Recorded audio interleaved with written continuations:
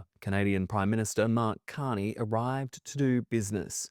A quick handshake with the Australian dignitaries before Canada's PM was whisked to a last-minute press conference to address America and Israel's war against Iran.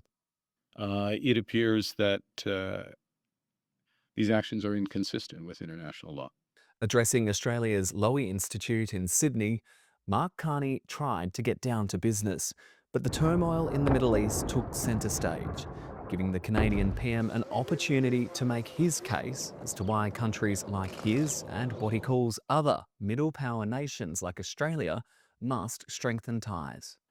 And the old norms of the rules-based international order are being erased, and that new system that will emerge ultimately is yet to be built. Global institutions have often been too slow to react to crises and too ineffective when they did. That message hand-delivered by Mark Carney to Australia's Prime Minister Anthony Albanese as the pair met outside Australia's Parliament House in Canberra. Carney formally addressed the Australian government, then the world's media. Both leaders outlined their plans to work together directly.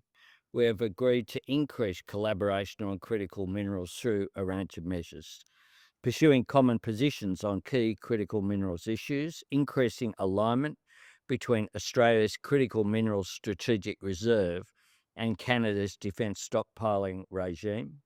And now, in a more uncertain, more divided world, Canada and Australia are middle powers charting our own course with confidence, ambition, and partnership.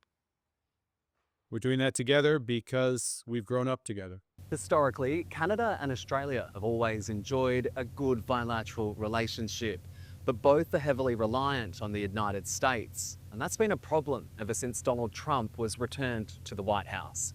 So the Australians and the Canadians are both looking for alternate partners for trade, securities and investments. Australian businessman Sean Conlon is a global portfolio manager based in Melbourne.